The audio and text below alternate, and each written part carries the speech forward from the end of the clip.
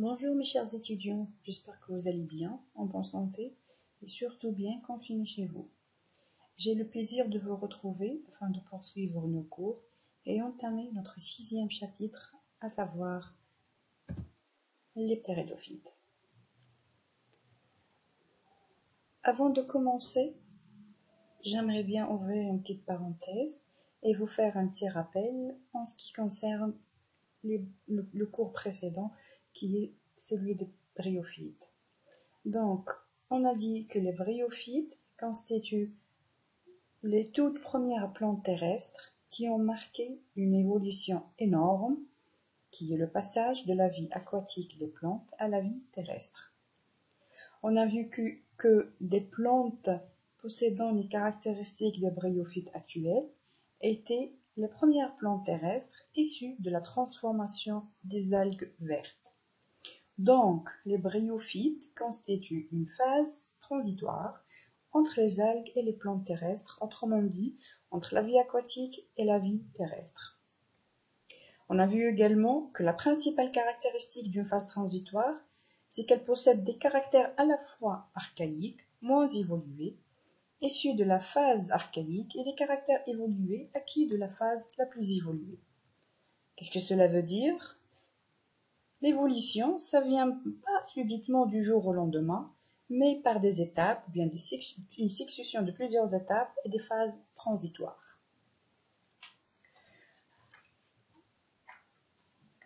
Alors, pour revenir un petit peu à notre chapitre actuel, les ptéridophytes, donc on va dire, comme d'habitude, le chapitre s'articule autour des points suivants. Introduction, définition et généralité, anatomie et morphologie de l'appareil végétatif, reproduction et cycle de vie, et finalement classification et caractéristiques des grands groupes. Donc pour introduire le chapitre, je vais un petit peu lire et expliquer entre-temps. Et on va dire que, après la conquête du milieu terrestre, de nouvelles structures ont émergé en réponse notamment à la compétition pour la source lumineuse. La conquête du milieu terrestre, rappelez-vous, qui a été faite pour la première fois par les bryophytes. On parle ici des adaptations acquises pour répondre aux contraintes du milieu. Donc la source lumineuse, ou bien le soleil, c'est l'énergie, c'est la vie des plantes. Parce que les plantes, vous le savez déjà, ce sont des êtres autotrophes qui synthétisent eux-mêmes leur propre matière organique. Par le biais de quoi? Par le biais de l'énergie lumineuse ou bien le soleil. Alors, par exemple, des adaptations, allongement des tiges en centimètres, puis en mètres, a nécessité la mise en place d'un système de vascularisation permettant le transport sur de longues distances de l'eau et du nutriment puisé dans le sol. Donc l'allongement des tiges pour profiter le max de l'énergie lumineuse a nécessité quoi? A nécessité la mise en place d'un système de vascularisation. Donc système de vascularisation, d'où leur nom, les plantes vasculaires. Ce sont des plantes qui possèdent des vaisseaux conducteurs permettant le transport des sèves. Donc on a parlé la dernière fois, rappelez-vous, des tissus végétaux et le rôle de chaque tissu. Donc on dit plante vasculaire, vascularisation, ou bien trachéophyte. Donc je vous conseille chaque fois de revenir à l'étymologie des termes, l'origine des termes. Trachéophyte, étymologiquement, donc ça vient de trachea du grec, qui veut dire un trachéa, un conduit raboteux, c'est-à-dire un canal ou bien un chemin qui est difficile, qui est accidenté, avec le suffixe phyte qui vient aussi du grec phyton qui veut dire végétal ou bien plante. Donc le terme trachéophyte veut dire les plantes vasculaires possédant les vaisseaux conducteurs, à savoir xylème et phloème. Donc trachéophytes ou bien les plantes vasculaires comprennent 4 groupes majoritaires qui sont les ptéridophytes, notre chapitre actuel, les préspermaphytes, les gymnospermes et finalement les angiospermes.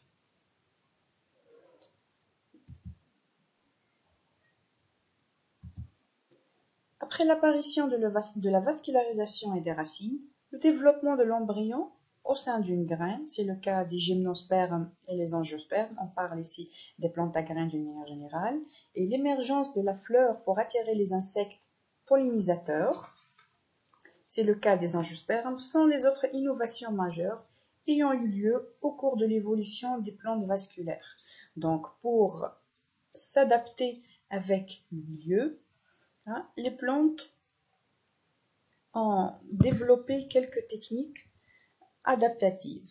Donc, la toute première des techniques, c'était l'allongement des tiges, lié avec l'apparition de la vascularisation. Donc, la plante, elle est là, elle est devenue vasculaire, et elle a conduit de la sève brute et élaborée. Donc, la prochaine évolution, ce sera quoi? Ce sera l'apparition de la graine, l'embryon au sein d'une graine. Donc, la graine qui a été observée pour la première fois chez le groupe des gymnospermes. Donc, la caractéristique des gymnospermes, c'est l'apparition de la graine. Donc, la graine, elle est là. Qu'est-ce qu'il lui faut? Il lui faut un support. Donc, c'est le cas des angiospermes. Graines, fruits, fleurs. Donc, c'est la caractéristique principale des angiospermes. Donc,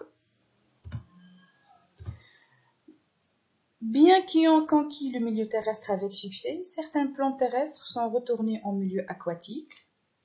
Elles ont préféré le milieu aquatique, comme Ceratopteris rachardi, une fougère, une ptéridophyte, qui a préféré la vie aquatique, et également le cas de Ceratophyllum desmersum, donc la vie aquatique par excellence.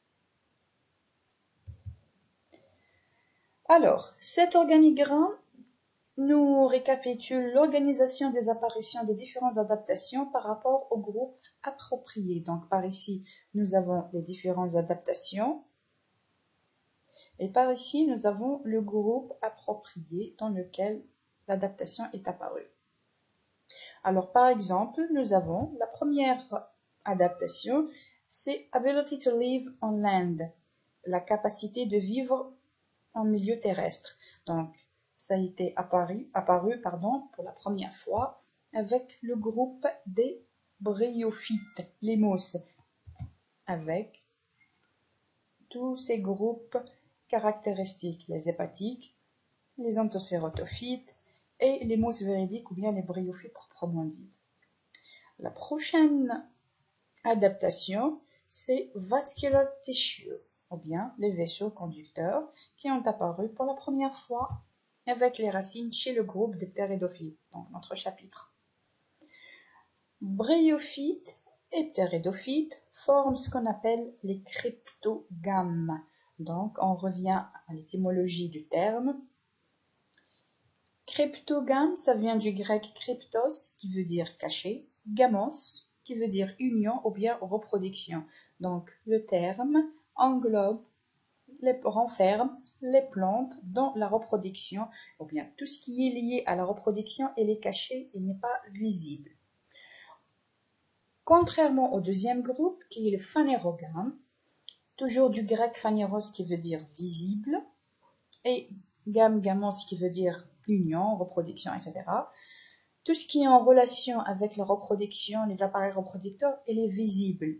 Donc, c'est le cas par exemple seeds, les graines, qui ont apparu pour la première fois chez les gymnospermes.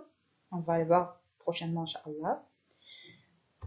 Également la fleur, caractéristique du groupe des angiospermes. Donc, la fleur, c'est le top d'évolution. Le top d'évolution, c'est la fleur. Ça a été observé, ça a été remarqué, c'est apparu pour la première fois chez les angiospermes. Donc, qui dit le phylum, l'embranchement des angiospermes, dit le top d'évolution. Alors, je reviens un petit peu à l'étymologie des gymnospermes et des angiospermes. Alors, on va dire que gymnosperme, ça vient également du grec gymnos qui veut dire nu et sperma qui veut dire graine. Donc, gymnosperme, ça veut dire une graine nue.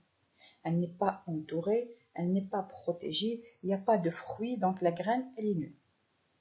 Le cas contraire, chez les angiospermes, du grec angion qui veut dire capsule ou bien vase, un vase, sperma qui veut dire une graine. Le cas des angiospermes, la graine, elle est entourée, elle est protégée par un fruit. Donc la différence, les deux phylums, les deux embranchements possèdent de la graine, mais la première, elle est nue, la deuxième, elle est entourée, elle est protégée par un fruit. Pour parler définition et généralité, on va dire que ptéridophytes, les fougères, donc ça vient du grec ptéris ou encore pteridos qui veut dire fougère, avec phyton toujours qui veut dire plante ou bien végétale. C'est un ensemble de plantes formant une étape importante dans l'évolution du règne végétal. Pourquoi? C'est par rapport à l'apparition de la racine pour la première fois et l'apparition de la vascularisation, donc qui ont été observées pour la première fois chez le groupe des ptéridophytes. C'est pour ça qu'on parle d'une étape importante de l'évolution. Les ptéridophytes sont des cormophytes.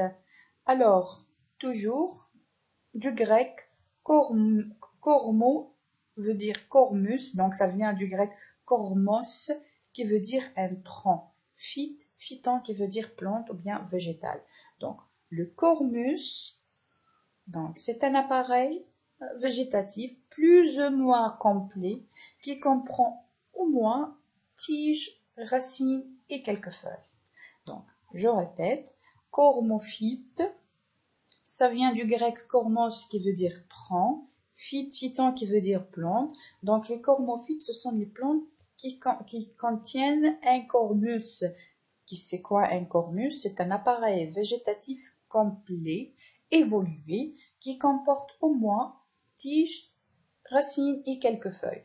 Contrairement à ce qu'on a vu auparavant, les talophytes, donc c'est fini maintenant avec les talophytes, du grec talos qui veut dire un rameau aplati, donc il n'y a aucune différenciation, on ne peut pas voir ni les racines, ni les tiges, ni les feuilles, ni rien, il n'y a aucune différenciation. Les cormophytes, c'est un groupe plus évolué par rapport au précédent. Donc, les ptéridophytes, ce sont des cormophytes qui possèdent des racines, des tiges, même quelquefois les tiges sont souterraines, des feuilles, mais sont dépourvues de fleurs. Donc on a vu tout à l'heure que l'apparition de la fleur, c'est le top d'évolution, c'est le cas des angiospermes. On dit aussi que les ptéridophytes, ce sont des trachéophytes. Donc, on a dit trachéa qui veut dire un canal, un chemin, etc. Phyton qui veut dire plante. Donc, ce sont des plantes vasculaires. Donc, des plantes vasculaires présentant xylème et phloème qui conduisent respectivement la sève brute et la sève élaborée. Les ptéridophytes, ce sont des cryptogames. Cryptos qui veut dire caché, gamos veut dire union. Donc, on ne peut pas voir ni la reproduction ni l'appareil reproducteur. Donc, les ptéridophytes mènent une vie sexuelle discrète. Elles n'ont ni fleurs, ni fruits, ni graines. Donc, tout est caché.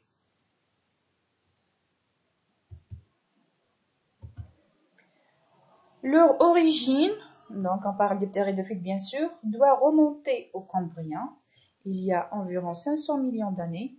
Elles ont dominé le paysage végétal pendant la seconde moitié du primaire. Elles ont connu leur apogée au Carbonifère. Donc, Cambrien, primaire, Carbonifère, c'est des périodes géologiques ou bien des ères géologiques. Les ptéridophytes sont apparus au Cambrien. Elles ont dominé le paysage pendant le primaire, la seconde moitié du primaire, et connu leur apogée, c'est-à-dire à Dolois au Carbonifère. Donc, les ptéridophytes, ce sont les descendants directs des plantes vasculaires sans graines qui couvraient les vastes forêts du Carbonifère. Donc, au Carbonifère, il y avait ce qu'on appelle les vastes forêts des grandes fougères. Donc, Les ptéridophytes actuels, c'est les descendants directs de ces forêts, de ces vastes forêts. Donc, comme vous le voyez sur l'illustration, c'est ce qu'on appelle les forêts des grandes fougères du Carbonifère. Donc, il n'y avait rien. Le top d'évolution à l'époque, c'était les ptéridophytes sous forme de grands arbres, donc les forêts. Donc, ça ressemble un petit peu à ça, comme le Jurassic Park, il n'y a que les ptéridophytes, les grands ptéridophytes, les grands insectes, etc. Donc, c'est le Carbonifère. Cette végétation du Carbonifère a laissé un combustible fossile, c'est ce qu'on appelle le charbon. Donc, les plantes, les fougères de l'époque du Carbonifère sont restées sous forme de fossiles. C'est ce qu'on appelle actuellement le charbon. Pour la troisième partie, anatomie et morphologie de l'appareil végétatif, on va la voir ensemble, Inch'Allah, dans la prochaine vidéo. J'espère que c'était pas trop long et que c'était au moins un peu clair. Si vous avez des questions à me poser, n'hésitez pas à les envoyer via la boîte de la matière et surtout, n'oubliez pas, stay at home, stay safe. See you soon.